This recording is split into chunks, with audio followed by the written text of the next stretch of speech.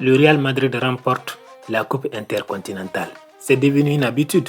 On sait que quand le Real joue une finale, c'est pour la gagner. Le Real ne joue pas pour participer.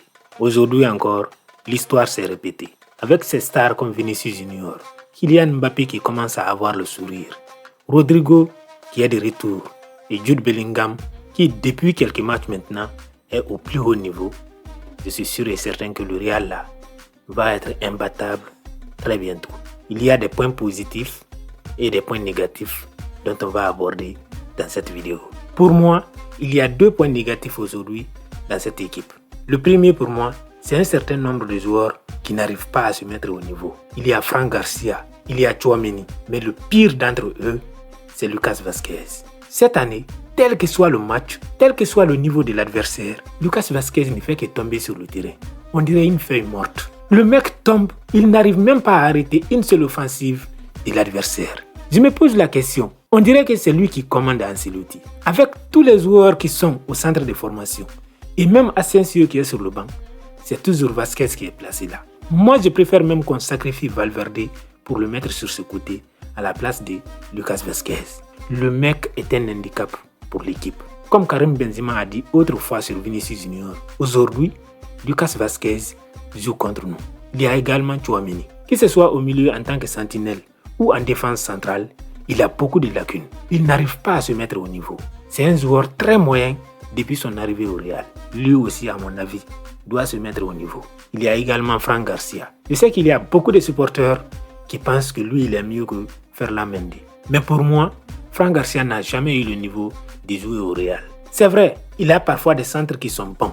Mais très généralement, sur les phases défensives, il est totalement embrouillé. Il est très médiocre en tant que défenseur. Offensivement également, il n'est pas assez technique. Je suis d'accord que Ferland Mendy, depuis quelques temps maintenant, n'arrive pas à se mettre au niveau. Mais Fran Garcia ne fait pas mieux du tout. Mais tous ces gars-là sont des joueurs. Et la personne qui les met sur le terrain, c'est Carlo Ancelotti. Cette année, Carlo Ancelotti est responsable de probablement 60% des échecs du Real Madrid. Oui, aujourd'hui, ils ont gagné. Ils ont remporté un trophée. Ils ont maîtrisé le match.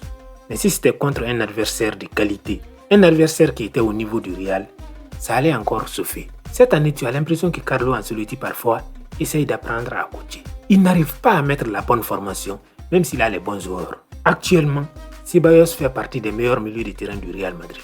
Après la grave blessure de Militao, tout le monde pensait qu'on avait trouvé la formule. Avec Asensio aux côtés de Rudiger, c'était bon. Le Real avait trouvé une certaine sérénité défensive. Mais tout à coup, Carlo Ancelotti nous a remis encore Tchouaméni. Qu'est-ce qu'il trouve avec Tchouaméni comme défenseur central? On ne comprend pas. Cette année, Carlo Ancelotti fait beaucoup de mauvais choix. Quand on regarde par exemple cette finale, normalement, Endrick était censé jouer au moins quelques minutes. Rien que pour avoir la confiance. Mais le monsieur est en train de détruire la carrière de ce jeune-là. Il n'exploite pas le talent des jeunes joueurs. Il ne fait pas appel aux jeunes de l'académie. Et avec la quantité et le nombre de matchs qui attendent le Real cette année, ça va être très difficile de pouvoir utiliser ces joueurs titulaires-là à tous les matchs.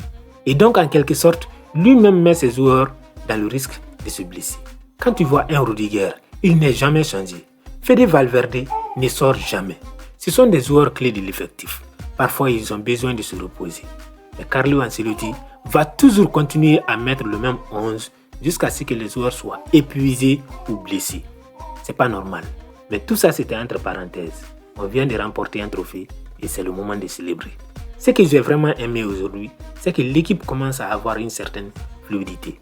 On commence à avoir de plus en plus de complicité entre Vinicius Junior, Kylian Mbappé et Rodrigo. Et surtout, Jude Bellingham a démontré aujourd'hui encore qu'il est revenu à son meilleur niveau comme la saison dernière. Je crois que le Real commence à retrouver sa place, son niveau de l'année dernière. Et c'est une très mauvaise nouvelle pour les adversaires. Avec un Vinicius Junior en pleine confiance, un Kylian Mbappé qui redevient de plus en plus le Kylian tueur que nous avons tous connu au PSG, et un Rodrigo technique et efficace comme l'année dernière, ça va être chaud pour les adversaires. Et les supporters du Real vont commencer à sourire comme l'année dernière. On verra tout ça dès le prochain match contre le FC Séville. Est-ce que le Real va continuer à performer et à relever son niveau comme l'année dernière? On attend ça avec impatience. En tout cas, comme toujours et sans surprise, le Real remporte un nouveau trophée. Depuis que j'ai commencé à supporter le Real Madrid, je crois que je n'ai pas encore vu le Real perdre 3 à 4 finales. Vous imaginez, c'est un club qui gagne. Et c'est pour cette raison d'ailleurs que le Real est autant détesté. Lorsque le Real a boycotté la cérémonie du Ballon d'Or parce que Vinicius Junior n'avait pas eu le trophée, tout le monde a crié sur l'internet. Pourtant, Rodri et Manchester City ont aussi boycotté la cérémonie de remise du trophée des Best.